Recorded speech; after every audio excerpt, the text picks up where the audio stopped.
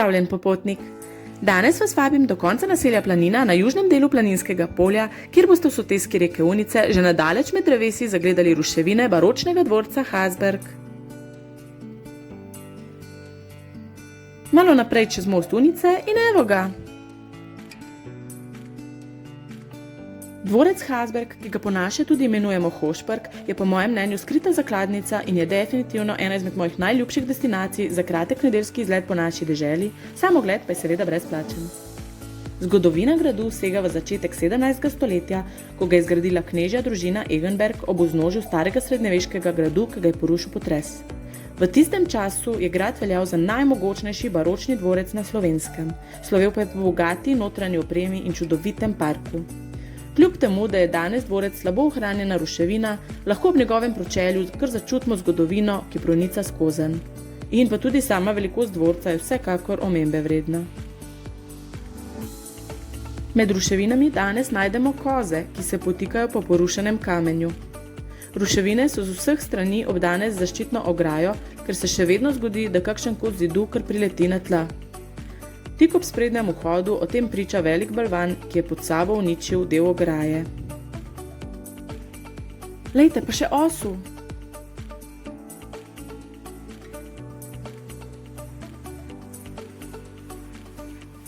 Med drugo svetovno vojno so se zadnji plemiči, ki so kupili grad, izselili v Italijo, grad pa je najprej naselila italijanska, nato pa še nemška vojska, nazadnje pa so ga požgali partizani leta 1944. Požar pa je popolnoma uničil notranjo opremo, arhiv rodbine in družinsko grobnico Vindišgredcev. Čeprav nas je dobil dež, je mogočnemu dvorcu še dodal pridih misterioznosti.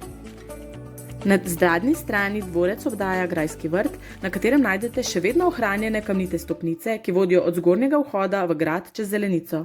Berite med vrsticami. Piknik na odeji! Nič ni čudenega, da se grejo ob dežju koze skrit, ampak tele grajske gospe so pa kar v gradu. Če mislite, da tukaj ni veliko aktivnosti za otroke, pa se motite. Na desni od gradu je manjša zelenica, na kateri boste našli klopi z mizami in izposojevalnico knjig, ki so jo prisrčno imenovali Škratkova čitalnica. Bistvo pa vam razložim malo kasneje. Poleg pa iz drevesa visi tudi gugalnica, ki kar vabi, da se zaguncate ob pogledu na pročelje gradu, pa če ste stari ali mladi. Čez cesto stoji hlev, v katerem boste gotovo opazili še kakšno kozico, pa tudi kakšno zanimivo najdbo utegnete opaziti, kot je na primer tale starinski voz. Prikupna okrepčevalnica pa škratih pa vam ponuja mnoge osvežilne napitke in čeprav si ne bi nikoli mislila, sem tukaj dobila celo gin tonik.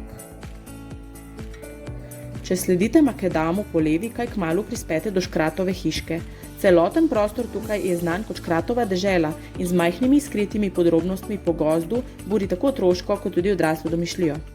Če malo pogledate, lahko najdete jamo, iz katere bo proti vam kukal skriti škrat. Ga najdete?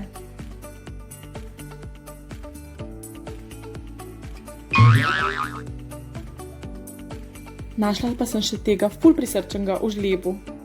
Makadamska pot vas vodi naprej do konjskih pašnikov, kjer smo občudovali prikupne družinice z majhnimi žrebički. Sprehod pač nikoli ne škodi in pot vas pelje naprej skozi gozd in mimo potoka Malenščica, ki se združi z Unico. Po dobrem kilometru pridete do vodnega zajetja, katerega slapek je zanimiv predvsem majhnim otrokom. Verjetno veste, da je Planinsko polje znano po zajetnih poplavah, ki ga zajamejo ob obilnem dežju. Na zadnji hiši pred zajetjem lahko vidite tablo, na kateri je označena višina, do kjer pride gladina vode. To je kakšne 2,5 do 3 metre.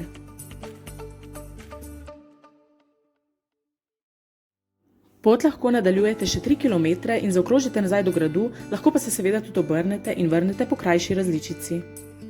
Kmalu so se moje pobožne želje uresničile in oblaki so se razpihali, skoznje pa so pokukali prvi sončni žarki. Gotovo eden izmed lepših pogledov je na prekrasno planinsko polje, ki je obsijano s soncem. Točno tukaj pa sem na vrh drevesa videla veverco, ki pa je seveda pobegnila takoj, ko sem jaz začela snemati. A pa ste vi vedeli, da tudi žrebički kar počivajo tako čez dan pri starših, ko majhni otroci? Lega, ko se doji. Pa se vrnimo nazaj k škratom. Če tukaj uberete drugo pot in zavijete desno, se lahko sprehodite po travniku, na katerem so v toplejših mesecih posejani stoli in ležalniki. Tudi tukaj boste našli kakšno škratovo presenečenje, imajo pa tudi WC, če vas kaj zagrabi. Tukaj lahko najdete tudi grajsko ledenico, v kateri so v času bivanja v gradu shranjevali led, kjer je zdržal tudi čez poletne mesece.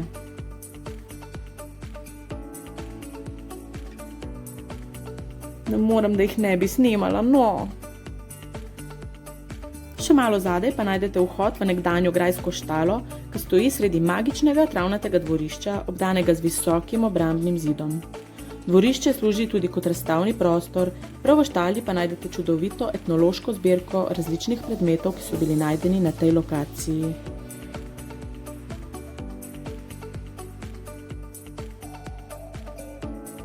Gugalni konjiček. Na mizi najdete knjigo obiskov, kamor lahko zabeležite svoje vtise, nabranijo pa se tudi kakšnega dobrosrčnega prostovoljnega prispevka v temu namenjeno škatlico. Koliko so pa te stvari fotogenične, no? Čez obzidje lahko že vidite Hasberg, kako sramežljivo kuka.